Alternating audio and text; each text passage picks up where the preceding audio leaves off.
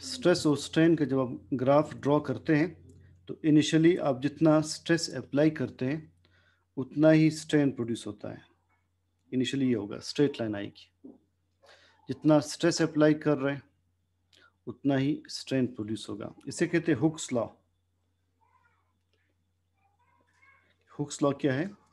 Stress is directly proportional to strain. अब हम इसे पॉइंट ओ लेबल करते हैं। जहाँ तक ये स्ट्रेट लाइन है इसे ए लेबल करते हैं। तो जहाँ तक ये लाइन स्ट्रेट रहती है इस रीजन को हम कहते हैं प्रोपोर्शनल लिमिट। इसे सिग्मा पी से शो करते हैं, सिग्मा पी। सिग्मा पी क्या होगा? Proportional limit. जहाँ तक स्ट्रेट लाइन रिलेशन मेंटेन रहता है वो रीजन ग्राफ में कहलाएगा proportional limit.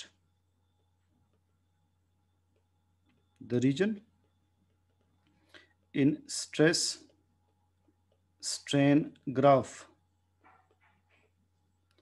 where there is a straight line relationship.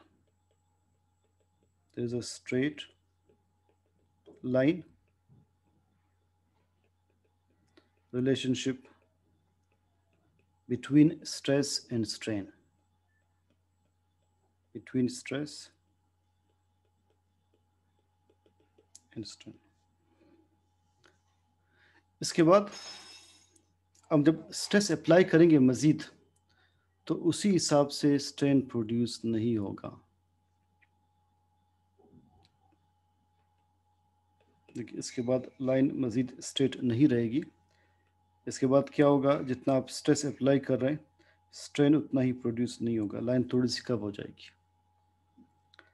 So up two point B. मज़ीद आगे जाकर स्ट्रेस और स्ट्रेन जो है वो डायरेक्टली रिलेटेड नहीं है। मगर पॉइंट बी तक अगर आप इस बॉडी को डिफॉर्म करते हैं, स्ट्रेस अप्लाई करके डिफॉर्म करते हैं और स्ट्रेस रिमूव करते हैं तो बॉडी शेप रीगेन कर सकती है। बॉडी का शेप रीगेन करना इसे इलास्टिसिटी कहते हैं। तो पॉइंट बी तक की बॉडी जो है वो इलास्टिक रहेगी।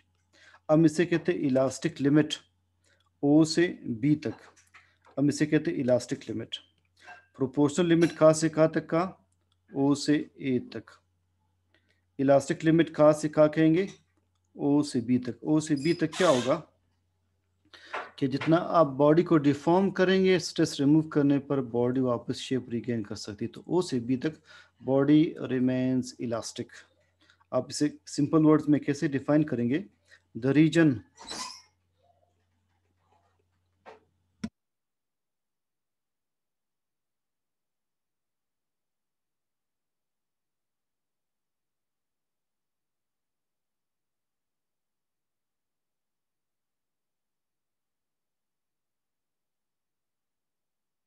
so the region on stress strain graph within which body remains elastic, within which body remains elastic। ये कहाँ से कहाँ तक है? ओ से बी तक। बी को कहते हैं यील्ड पॉइंट। इसे हम कहते हैं yield point.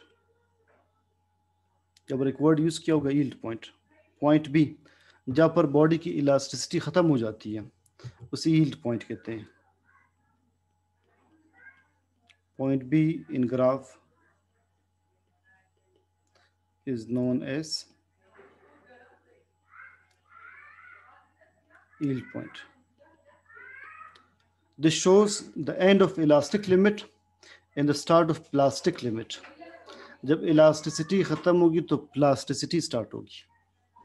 So this shows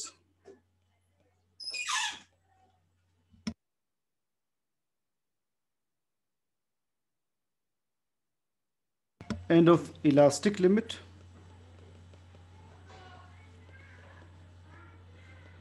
and start of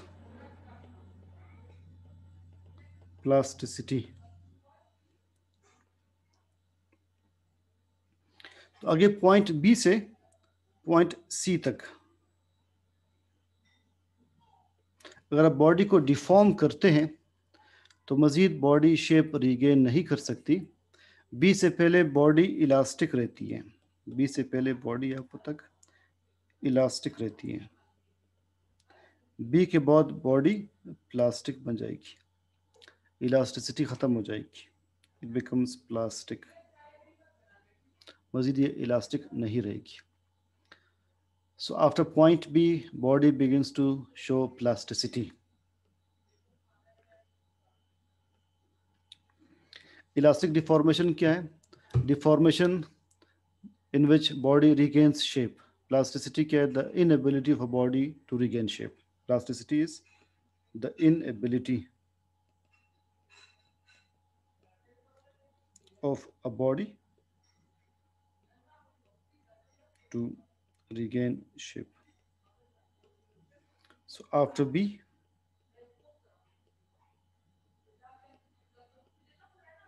body shows plasticity.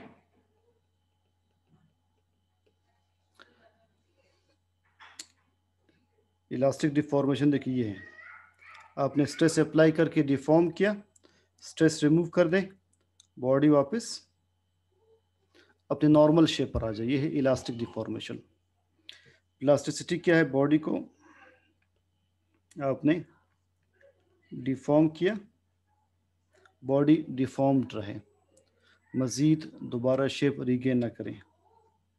Ultimate tensile strength,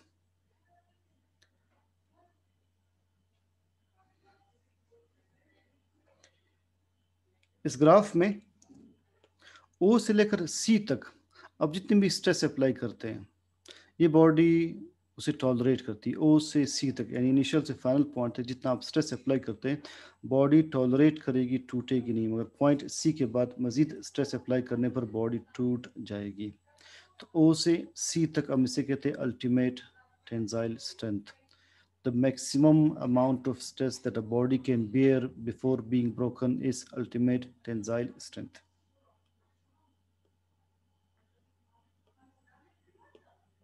So the maximum amount of stress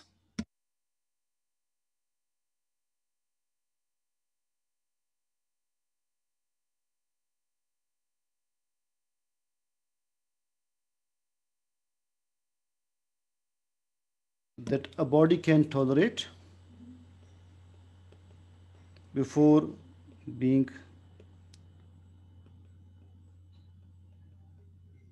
fractured. Point C के बाद अगर आप फोर्स मज़ीद अप्लाई करेंगे, सी के बाद मज़ीद फोर्स अप्लाई करेंगे, बॉडी उसे टॉलरेट नहीं कर सकती, सी के बाद बॉडी टूट जाएगी। तो beyond C body is fractured by any stress, उस स्ट्रेस को हम कहते हैं fracture stress. Fracture stress is the stress that breaks down the body.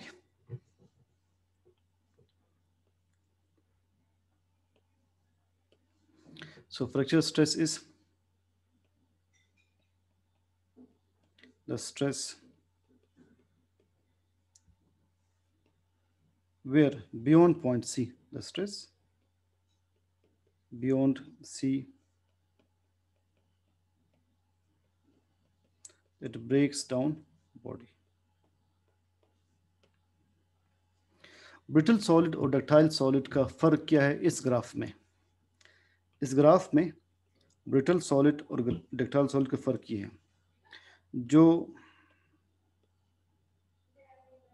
Point B के बाद टूट जाए, इस पॉइंट के बाद टूट जाए, बी के बाद, वो होगा ब्रिटल। जो इलास्टिक लिमिट के ख़त्म होते ही टूट जाए वो होगा ब्रिटल। जो सी के बाद टूट जाए वो होगा ductile. So a brittle solid breaks immediately after the elastic limit ends, and the ductile solid breaks after the ultimate tensile strength ends.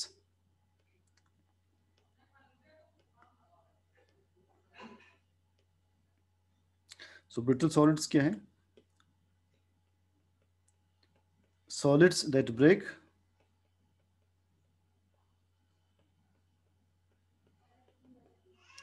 after the elastic limit ends. After the elastic limit ends. Ductile solids. Solids that break at the end of ultimate tensile strength. Ultimate tensile strength. That is after C. जब भी हम किसी body को deform करते हैं उसमें energy store होती है, उस एनर्जी को हम कहते हैं स्ट्रेन एनर्जी। ये बॉडी है, आप इसे डिफॉर्म कर लें, इसमें एनर्जी स्टोर होगी, स्टोर्ड एनर्जी को स्ट्रेन एनर्जी कहते हैं। एक लेंथी टॉपिक है एफएससी में, हम इसे अब डिराइव नहीं करते एंटी टेस्ट के लिए, सिर्फ डेफिनेशन की हद तक देखते हैं। द एनर्जी स्टोर्ड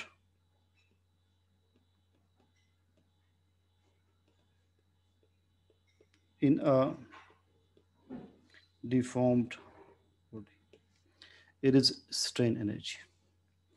तो फिजिक्स सेकेंड ईयर आज आप यही तक देख लीजिए।